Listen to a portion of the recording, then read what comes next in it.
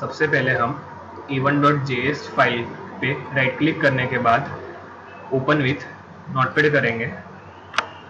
जैसे कि हम अभी नोटपैड फाइल में देख रहे हैं, हमने एक फंक्शन लिया हुआ है, फंक्शन कीवर्ड है और उसके बाजू में फंक्शन का नाम है bca1, उसके बाद पैरेंथेसिस ऑन और पैरेंथेसिस ऑफ। उसके बाद फंक्शन के अंदर आते हैं, फंक्शन के ब्लॉक के अंदर, उसके अंदर सबसे पहले हमने एक वेरिएबल डिक्लेयर किया है, वेरिएबल ए। अभी जावास्क्रिप्ट जो है वो data type free scripting language है, तो उसके अंदर हमें वेरिएबल की कोई भी डेटा टाइप नहीं देनी होगी।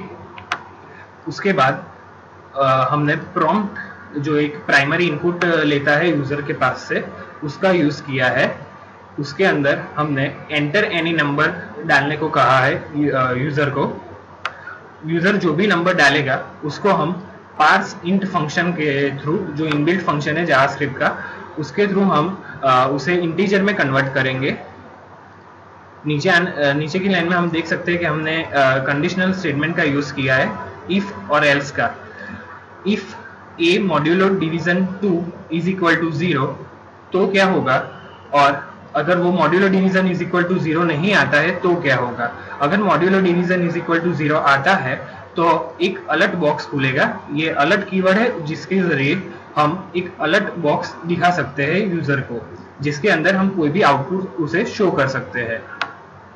अलर्ट के थ्रू हम a वेरिएबल की जो वैल्यू होगी वो प्रिंट होगी, प्लस यहाँ पे जावास्क्रिप्ट ने प्लस की जो साइन है वो स्ट्रिंग के कॉन्केटेनेशन के लिए, मतलब कि स्ट्रिंग को ज्वाइंट करने के लिए इस्तेमाल होती है।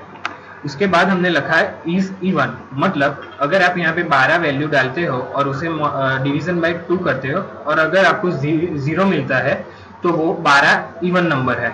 एल्स अलर्ट बॉक्स वेरिएबल की value plus is odd. Function हमने यहाँ पे क्लोज किया। ये पूरा एक फंक्शन था जो यहाँ से स्टार्ट होता है और यहाँ पे क्लोज हो जाता है। दूसरा फंक्शन हमने उसके नीचे लिया है जो है मैजिक नंबर के लिए। मैजिक नंबर के लिए जो फंक्शन हमने लिया है उसका नाम हमने दिया है bca2। अगेन हम फंक्शन कीवर्ड तो यूज करेंगे ही हर एक फंक्शन के अंदर। फिर से हमने एक वेरिएबल लिया है, again data type free language है तो हम कोई भी डेटा टाइप डिक्लेयर नहीं करेंगे।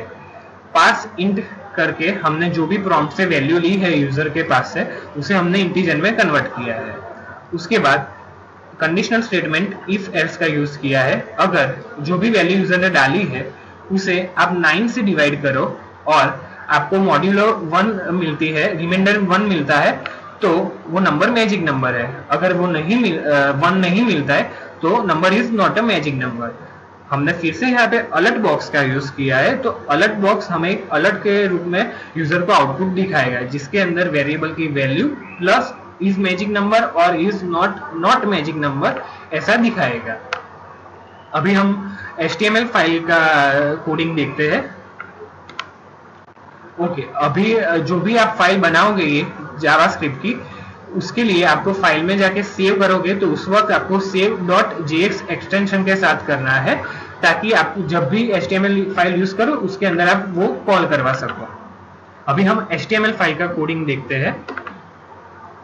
यहाँ पे मेरे पास HTML फाइल है जिसके ऊपर मैं राइट क्लिक करके ओपन विथ नोटपैड करूंगा। ओके, अभी हमारे पास HTML फाइल है जिसके अंदर मैंने HTML जो नॉर्मल HTML और बॉडी स्टार्ट किया है। उसके बाद जो हम स्क्रिप्ट टैग यूज करते हैं, स्क्रिप्ट के अंदर डायरेक्ट हम src is equal to a1.js जो हमने जावास्क्रिप्ट की फाइल बनाई थी उसका पाथ देते हैं। अभी हमारे पास जो JS फाइल है वो सेम फोल्डर में है जिस फाइल में HTML फाइल है, तो हम डायरेक्ट पाथ दे सकते हैं, हमें ड्राइव का स्पेसिफिकेशन देना जरूरी नहीं बनता है। स्क्रिप्ट टैग क्लोज करते हैं। उसके बाद इनपुट टैग का यूज करेंगे 2 बटन लेने के लिए, क्योंकि हम जो भी यूजर के पास से इनपुट लेंगे उसका आउटपुट हम बटन क्लिक इवेंट पे लेना चाहते हैं। तो उसके लिए सबसे पहले इनपुट टैग, उसका टाइप, मतलब टाइप कौन सा होगा तो बटन रहेगा वो, उसकी वैल्यू इवन और ऑड। वैल्यू एट्रीब्यूट का यहाँ पे मीनिंग होता है आपको बटन पे कौन सी टेक्स्ट चाहिए। हमें यहाँ पे बटन के ऊपर इवन ऑड टेक्स्ट लिख के मिलेगी। उसके बाद आता है जो सबसे मेन चीज है वो है इवेंट। यहाँ पे हमने ऑन क्लिक इवेंट यूज किया है, मतलब जो भी इसके बाद का एग्जीक्यूशन होगा वो बटन को क्लिक करने के बाद ही होगा। बटन क्लिक के इवेंट पे हमने BCA1 फंक्शन को कॉल किया है, लेकिन जैसा कि हम देख सकते हैं कि हमारी लोकल फाइल HTML जो फाइल है इसमें कहीं भी BCA1 नाम का फंक्शन नहीं है। लेकिन जैसे वो BCA1 फंक्शन यहाँ पे पड़ेगा, उसके साथ वो कॉल करने के लिए a1.js फाइल में जाएगा, जो जिसके अंदर हमने पहले से ही एक BCA1 नाम का फंक्शन लेके रखा है, और इस फंक्शन के अंदर हमारा ऑड और इवन नंबर का लॉजिक है। सेम चीज आपको दूसरा एक बटन लेना है, जिसका इनपुट टैग लेना है, जिसका टाइप बटन रहेगा, वैल्यू रहेगी, मतलब कौन सी टेक्स्ट चाहिए, तो मैजिक टेक्स्ट चाहिए मुझे। उसका इवेंट कौन सा रहेगा, अगेन ऑन क्लिक इवेंट रहेगा, और उसमें हमको फंक्शन कॉल करना है BCA2।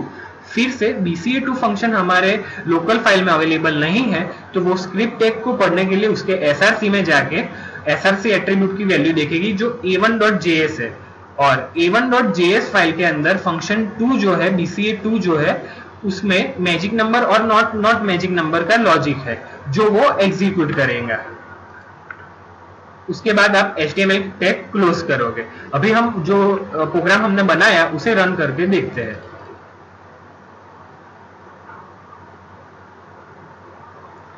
जैसे कि आप देख सकते हैं कि यहाँ पे आपको दो बटन मिल गए हैं, एक है इवन ऑड और दूसरा है मैजिक बटन। जैसे ही आप इवन ऑड बटन पे क्लिक करते हो, जावास्क्रिप्ट आपको एक प्रॉम्प्ट बॉक्स देगा जिसके अंदर लिखा है एंटर एनी नंबर। अभी यहाँ पे मैं 12 नंबर एंटर करता हूँ और ओके पर क्लिक करता हूँ, तुरंत जावास्क्रिप्ट मुझे एक अलर्ट बॉक्स देगा 12 इज इवन। ठीक है, ओके पे क्लिक करता हूँ। दूसरे बटन की क्लिक इवेंट पे मैं जाता हूँ, जावास्क्रिप्ट एंटर एनी नंबर, मैंने डाला 19। Okay, 19 is a magic number, क्योंकि 19 को आप जब 9 से डिवाइड करते हो तो आपको एक रिमाइंडर के रूप में मिलता है, जिसकी वजह से 19 मैजिक नंबर है। आप ओके पे क्लिक करोगे, और अभी मैं आपको एक सबसे इंपॉर्टेंट चीज बताने वाला हूं, वो है आप राइट क्लिक करके व्यू पेज सोर्स पे क्लिक करोगे तो आपको जो भी आपका HTML फाइल का पूरा कोडिंग है वो दिखेगा, जिसके अंदर आप a1.js फाइल जो आपने एज ए सोर्स दी है स्क्रिप्ट टैग में वो देख सकते हैं, और आपने जो भी फंक्शन कॉल करवाए हैं वो भी आप देख सकते हैं।